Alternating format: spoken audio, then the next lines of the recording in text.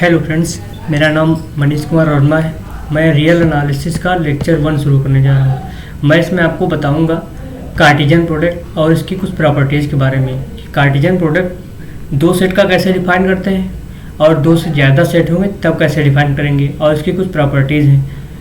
वही 8 प्रॉपर्टीज़ हैं, वो हम डिफाइन करेंगे और दिखाएंगे कि इसका कार्टेशियन प्रोडक्ट ए और बी का है, इसकी कार्डिनलिटी क्या है, ये सब हम डिस्कस करेंगे। शुरू करते हैं। Cartesian product of two sets A and B, two non empty sets हैं और इनका कार्टेशियन प्रोडक्ट जो होता है वो डिनोट किया जाता है ए क्रॉस बी से, जो कि इसमें एलिमेंट आते हैं ए का बी टाइप से। इसमें पहला जो पहली प्लेस पर है वो पहले वाले से आएगा, मतलब ए बिलोंग टू पहले वाले सेट से, मतलब ए से, और दूसरे वाले प्लेस पर जो है वो दूसरे वाले सेट से बिलोंग करेगा बी से। तो A cross B equal to A B such that A belongs to A, B belongs to B. मतलब A cross B contains order pairs in which first elements taken from the set A and second one is from B. अब in general, Cartesian product of A1, A2, A3 and AN, मतलब ये finite collection of non empty sets है, उसका हम कैसे define करेंगे Cartesian product. इसमें हम दिखाएंगे और इसको डिनोट करेंगे कैसे, A1 cross A2 cross A3 and cross AN से, और डिफाइन किया जाएगा ऐसे। इसमें A1, A2, A3, AN type के एलिमेंट आएंगे। इसमें AI कैपिटल ए आई में बिलोंग करेगा for i equal to 1, 2, 3 and n. मतलब अगर आई इक्वल टू 1 लेंगे तो A1 से बिलोंग करेगा, मतलब पहला वाला जाएगा। अगर आई इक्वल टू 2 लेंगे तो दूसरे वाले पेज पर जो एलिमेंट होगा वो दूसरे वाले सेट में जाएगा। अगर आई इक्वल टू हम के ले लेंगे, यहाँ कोई के होगा जो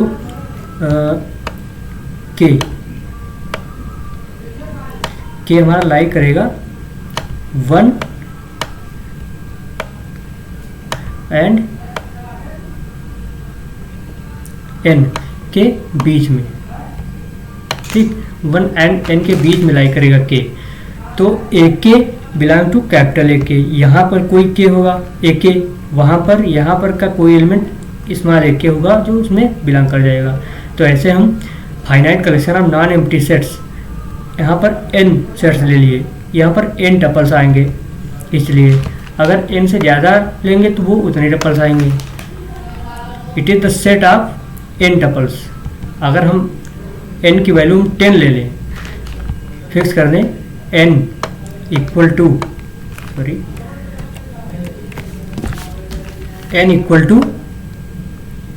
n 10,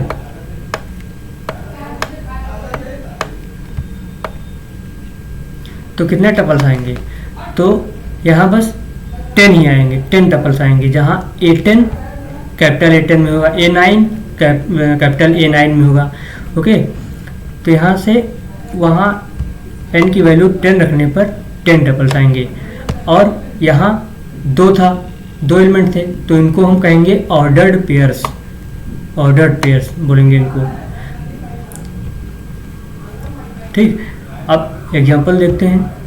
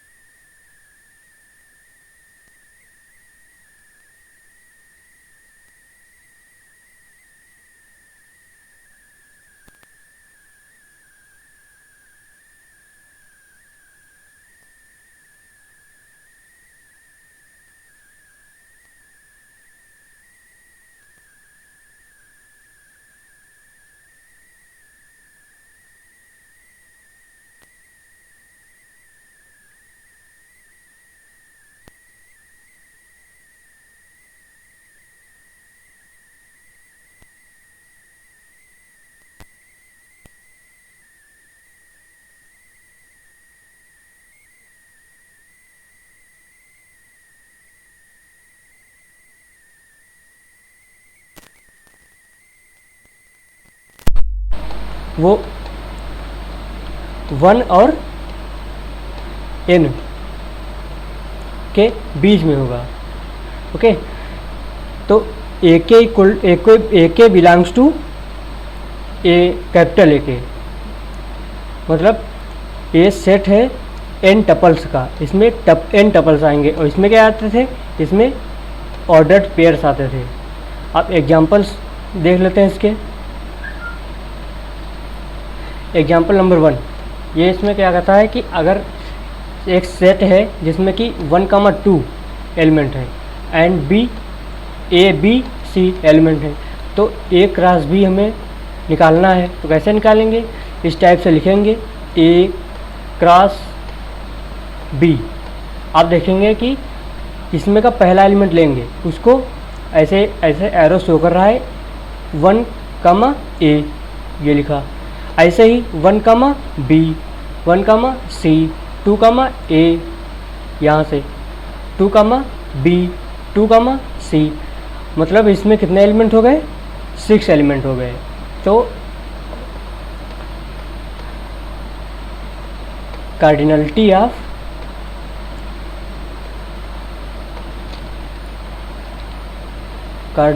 of A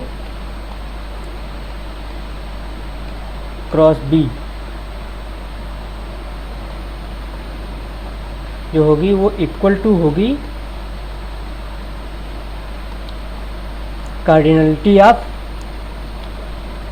A cross B is equal to 6, मतलब cardinality of A into cardinality of B. तो क्या हो गया, सो यहाँ लिख देते हैं दूसरी जगह, इसको आगे लिख देते हैं कार्डिनलिटी ऑफ ए इंटू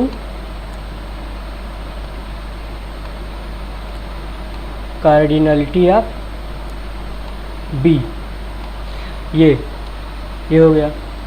अब अगर ऐसे ही आर्यन ले लें, मतलब Cartesian product of R cross R n copies होंगी रियल नंबर r की, तब कार्टेशियन प्रोडक्ट कैसे डिफाइन करेंगे।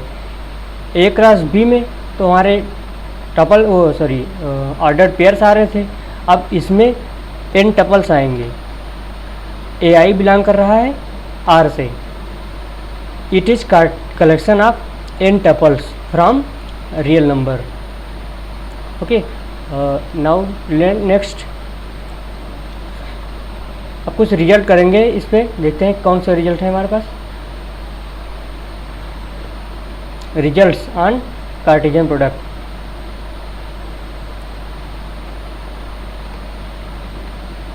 कार्टेशियन प्रोडक्ट रिजल्ट क्या है, मान लेते हैं ए और बी हमारे पास कोई 2 नॉन एम्प्टी सेट्स हैं, सच दैट ए के कार्डिनलिटी m है, मतलब ए में m एलिमेंट है। कार्डिनलिटी का मतलब क्या हुआ, किसी सेट की कार्डिनलिटी की बात अगर हम करते हैं तो इसका मतलब ये होता है कि उस सेट में हमारे पास कितने एलिमेंट्स हैं, यही ना। तो ए में m एलिमेंट है, बी में n एलिमेंट है, तो cardinality of A cross B equal to m into n, मतलब cardinality of A into cardinality of B, या फिर हम इसको कहें cardinality of B cross A, जैसा कि अभी पहले एग्जांपल में हमने दिखाया था 1, 2 and A B C. Cardinality of A की क्या थी, 2 थी, कार्डिनलिटी ऑफ बी की क्या थी, 3 थी, तो cardinality of A cross B की क्या आई थी, 2 इंटू 3 6 आई थी। वैसे ही ये इस रिजल्ट का यूज वहाँ पर किया गया था। अब Cartesian product of A cross B equal to B cross A, ये कब होगा, हम कहेंगे ऑलवेज तो होगा नहीं A cross B equal to B cross A, तो ये कब होगा, if and only if A equal to B, मतलब कि अगर ए और बी सेम है तो Cartesian product of A cross B equal to B cross A. अगर Cartesian product of A B equal to Cartesian product of B A, तब A equal to B होगा, मतलब ये बात दोनों तरफ से सही है। अगर ये लेंगे तो हमारे पास ये रिजल्ट मिलेगा, अगर इसको लेके चलेंगे तो हमारे पास ये रिजल्ट मिलेगा। Okay, now third one, if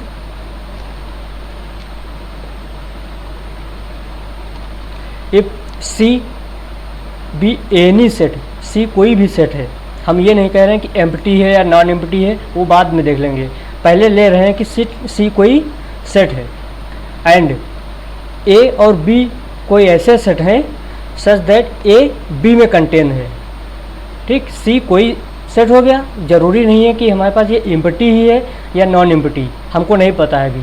और ए और बी कोई सेट है, तो ए और बी में कोई एक रिलेशन ये दे रखा है कि ए बी में कंटेन कर रहा है, मतलब कि ए के सारे एलिमेंट्स बी में हैं। तो हमारे पास रिजल्ट इन दोनों को मिला के एक रिजल्ट दिया है ए क्रॉस बी, मतलब कि Cartesian product of A and C वो कंटेन हो जाएगा Cartesian product of B and C में, बी एंड सी में कंटेन हो जाएगा। अब इसका हम प्रूफ देखते हैं, प्रूफ इसका कैसे करना है। तो प्रूफ में दो चीज़ें ले लेंगे। अभी हमारे पास सी को पता नहीं था कि ये एम्प्टी था या नॉन एम्प्टी था, तो इसलिए हमारे पास दो केस हम डिस्कस करेंगे। पहला केस सी अगर एम्प्टी है मतलब सी में कोई एलिमेंट नहीं है, और दूसरा केस डिस्कस करेंगे वो जिसमें सी नॉन एम्प्टी होगा, मतलब सी में कुछ एलिमेंट होंगे, एटलीस्ट वन एलिमेंट तो होगा ही। तो हमारे पास दिया क्या है, गिवन दैट ए सबसेट है बी का, सी कोई एक सेट है। तो केस वन डिस्कस करेंगे जब सी फाई होगा, मतलब सी में कोई एलिमेंट नहीं होंगे। और हम जानते हैं कि Cartesian product of a set with empty set is always empty, मतलब A cross C equal to phi, similarly B cross C equal to phi.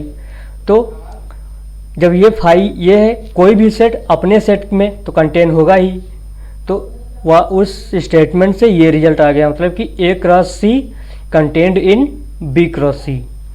अब अगर सी नॉन एम्प्टी आया तब क्या करेंगे,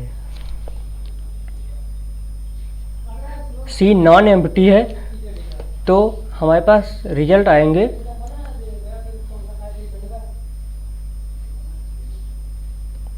सी नॉन एम्प्टी है, देन लेट अगर सी नॉन एम्प्टी है तो उसमें कम से कम एक एलिमेंट तो होगा ही। तो मान लेते हैं कि वो A1 and C1 A cross सी में है, मतलब कि A1 बिलोंग कर रहा है ए में, C1 बिलोंग कर रहा है सी में, क्योंकि सी नॉन एम्प्टी था इसलिए एक एलिमेंट तो हमने बोला था होगा ही कम से कम। तो यहाँ से मिला हमको,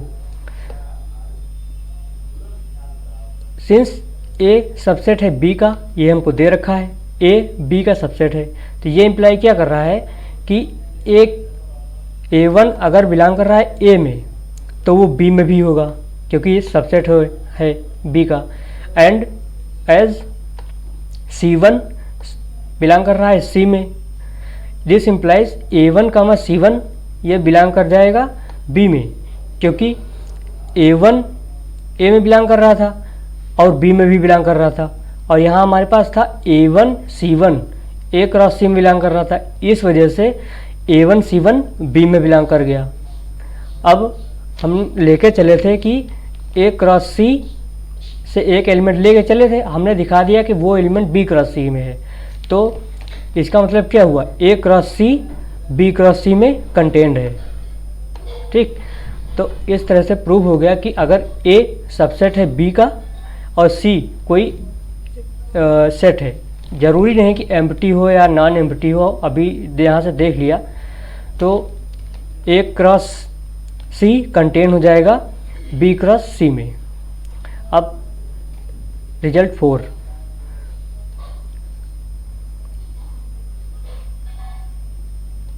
रिजल्ट 4 में क्या कह रहा है कि ए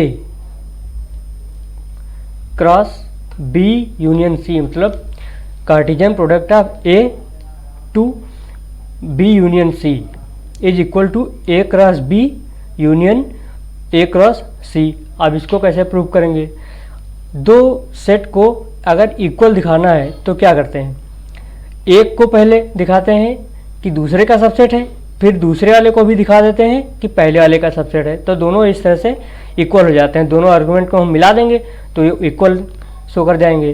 तो इसके लिए क्या करेंगे, हम यहाँ से एक एलिमेंट चूज़ कर लेंगे। मान लिया A1 B1 बिलोंग कर रहा है A cross B union C से।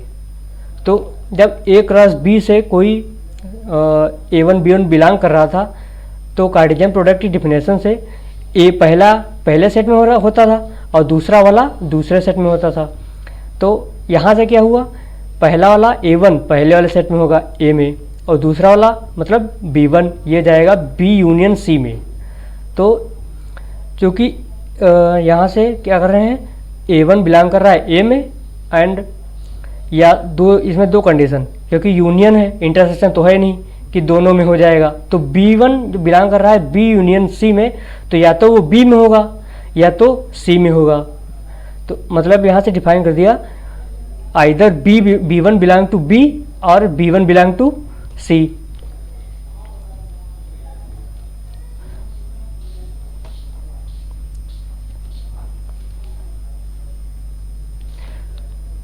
अब यहाँ से this implies A1 belongs to A and B1 belongs to B।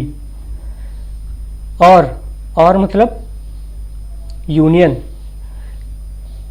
A1 belongs to A and B1 belongs to C। तो A1 A में बिलोंग कर रहा है, B1 B में बिलोंग कर रहा है, तो टपल जो होगा ऑर्डर पेयर A1 B1 वो किस में से होगा, A क्रॉस B से होगा। और A1 B1 A cross C से होगा। यहाँ से ये यहाँ से आया और ये यहाँ से आया, बीच में लगा है और मतलब यूनियन, इन दोनों का यूनियन मतलब A1 B1 बिलोंग करेगा A cross B union A cross C। यहाँ पर और वर्ड जो है वो ध्यान देने वाला है। और मतलब यूनियन के फॉर्म में यूज होता है और एंड का मतलब जहाँ एंड यूज होगा वहाँ इंटरसेक्शन, जैसे कि इसमें देखा था। That is A cross B union C subset है A cross B union A cross C, क्योंकि हम यहाँ से एलिमेंट उठाए और दिखा दिया हमने कि वो यहाँ बिलोंग कर रहा है। मतलब कि इसमें से जो भी एलिमेंट लेंगे सब यहाँ मिल जाएंगे। ये सबसेट हो गया इसका। अब हम दिखाएंगे, यहाँ से एक एलिमेंट चूज़ करेंगे, दिखा देंगे कि वो यहाँ पर है, तो ये सबसेट हो जाएगा यहाँ से। लेट K1 K2 बिलोंग कर रहा है A cross B union A cross C से।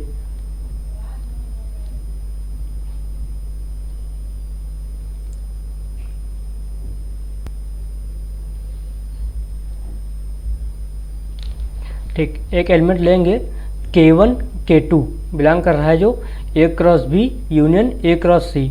यहाँ से एक एलिमेंट उठाएंगे, क्योंकि K1 K2 इसमें बिलोंग कर रहा है यूनियन से, तो या तो वो A क्रॉस B में होगा या फिर A क्रॉस C में होगा। अगर A क्रॉस B में हुआ तो मतलब K1 बिलोंग कर रहा है A में और यहाँ से K2 बिलोंग कर रहा है B में। बीच में और लगा है मतलब यूनियन के लिए। अगर ये A क्रॉस C में बिलोंग कर रहा है तो K1 कहाँ होगा, A में, K2 कहाँ होगा, C में। तो ये इम्प्लाई कर रहा है कि K1 बिलोंग कर रहा है A में, यहाँ से K1 A में बिलोंग कर रहा है, यहाँ से K1 A में बिलोंग कर रहा है, तो दोनों को एक साथ कंबाइन कर लेते हैं। K1 A में बिलोंग कर रहा है, इस पर कोई कंडीशन नहीं, यहाँ A में ही बिलोंग कर रहा है। अब बचा K2 belong to B and K2 belong to C। तो एंड K2 बिलोंग कर रहा है B में और K2 बिलोंग कर रहा है C में, मतलब K2 B में है या तो K2 C में है।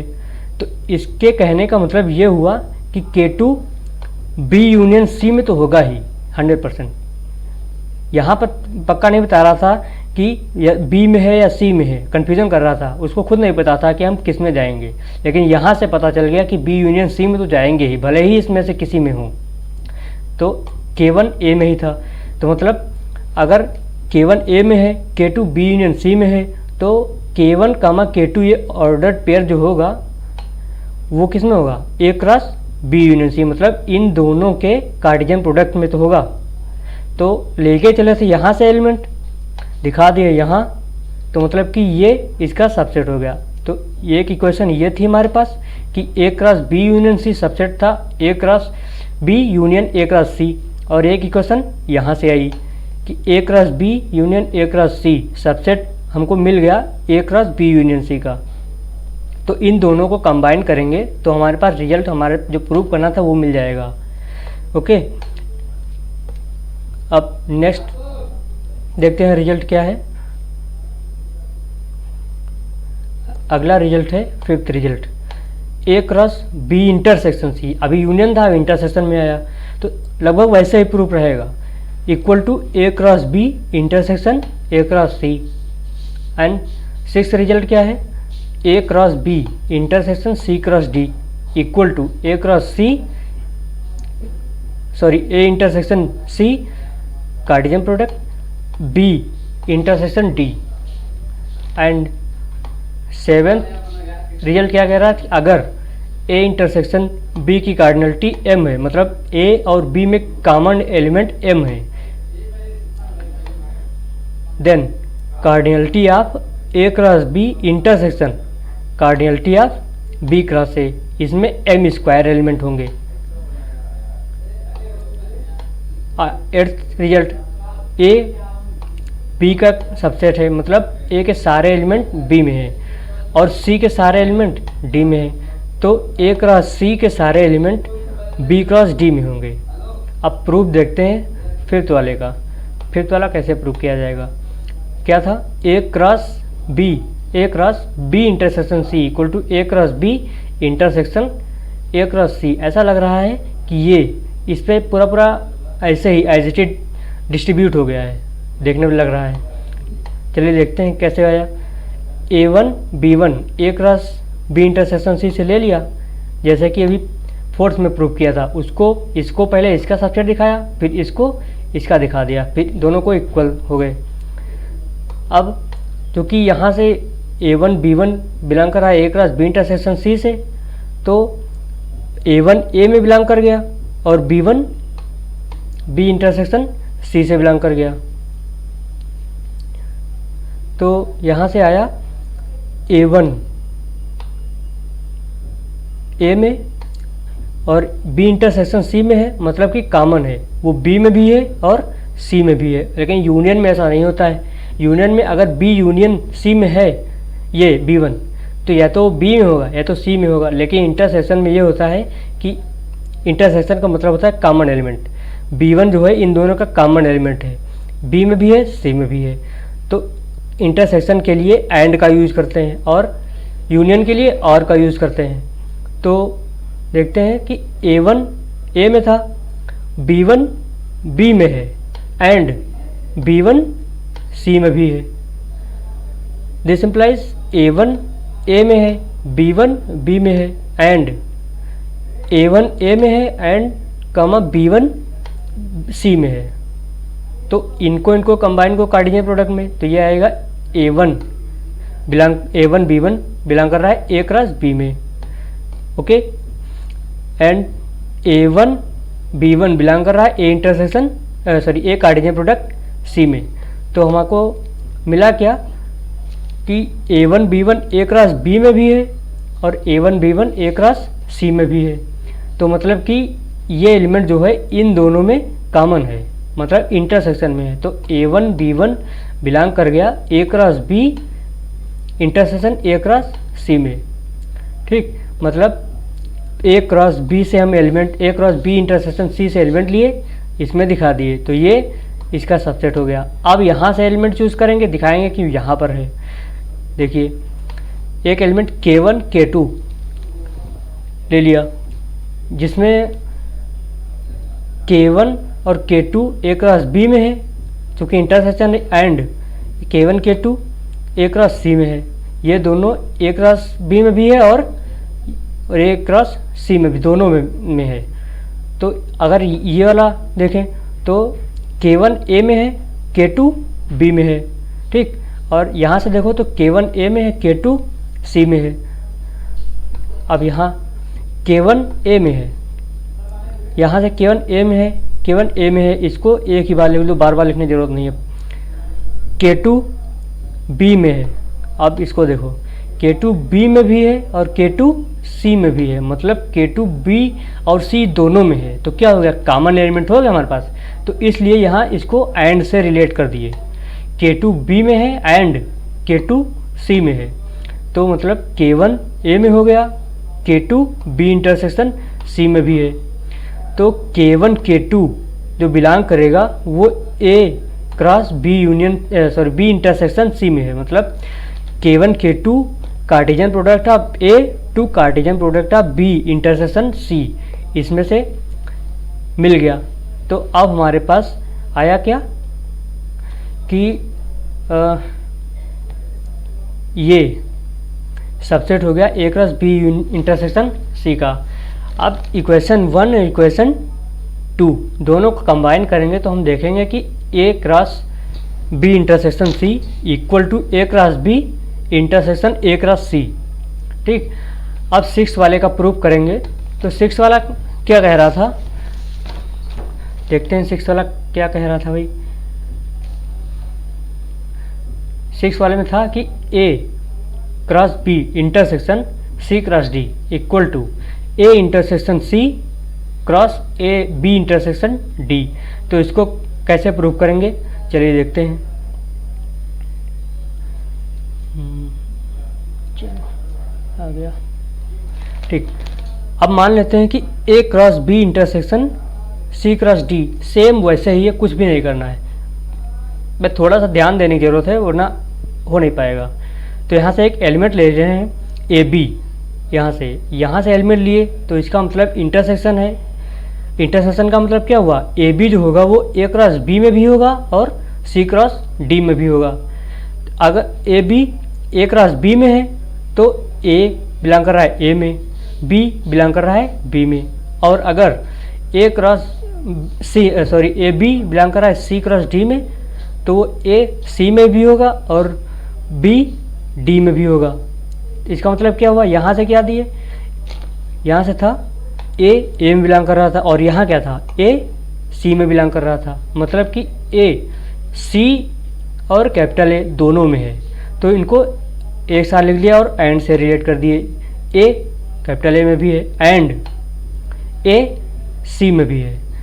और यहाँ से देखो B क्या था, कैपिटल B में था और B कैपिटल D में भी था। मतलब B कैपिटल B और कैपिटल D दोनों में है। तो इसको B belongs to capital B and B belongs to capital D इसमें कर दिए। अब क्या करेंगे, क्योंकि A कैपिटल A और कैपिटल C दोनों में है तो मतलब कि वो इंटरसेक्शन में है, उन दोनों के इंटरसेक्शन में है। और B वो भी B इंटरसेक्शन D में है।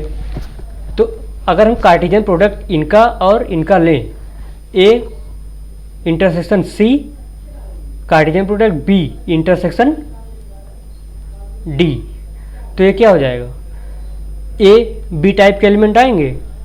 तो प्रूफ हो गया कि AB बिलोंग कर रहा है A intersection C and B intersection D में।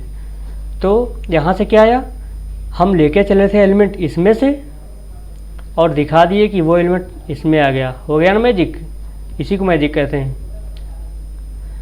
A cross B intersection C cross D subset हो गया A intersection C cross B intersection D। अब एक और मैजिक, ठीक, मैजिक मैथमेटिक्स और कुछ नहीं है, बस समझ जाओ, दूसरे को बकाते रहो। गाँव में बोलते हैं बकनी बकाई दिया, वैसे ही। Let B and Q A intersection C में and B intersection cross B intersection D इसमें से ले लिया। तो क्या हो गया, कार्टेशियन प्रोडक्ट डेफिनेशन लगा देंगे। तो P जो होगा A इंटरसेक्शन C में बिलोंग कर जाएगा and Q B intersection C से होगा। अब चूंकि इंटरसेक्शन की प्रॉपर्टी हम लगाएंगे, सब प्रॉपर्टी धीरे धीरे लगाते चले जाओ सेट वाली। P A इंटरसेक्शन C में है, मतलब P A में भी है और C में भी है। और ऐसे ही यहाँ Q B में भी है और D में भी है। अब हमको A क्रॉस C के फॉर्मेट बनाना है। तो हम ए क्रॉस बी के फॉर्मेट बनाना है तो ए और बी वाले सेट एक पास कर लेंगे, जैसे कि हमने यहाँ कर दिया। क्या किया, पी ए में था और क्यू बी में था, तो हम यहाँ रख दिए दोनों को एक पास। एंड पी सी में था, क्यू डी में था, तो यहाँ ऐसे रख दिए। ए और बी का कार्टेशियन प्रोडक्ट निकाला और इसमें देखा कि ए पी में था, क्यू बी में था, तो इसमें पी क्यू टाइप के एलिमेंट आ गए।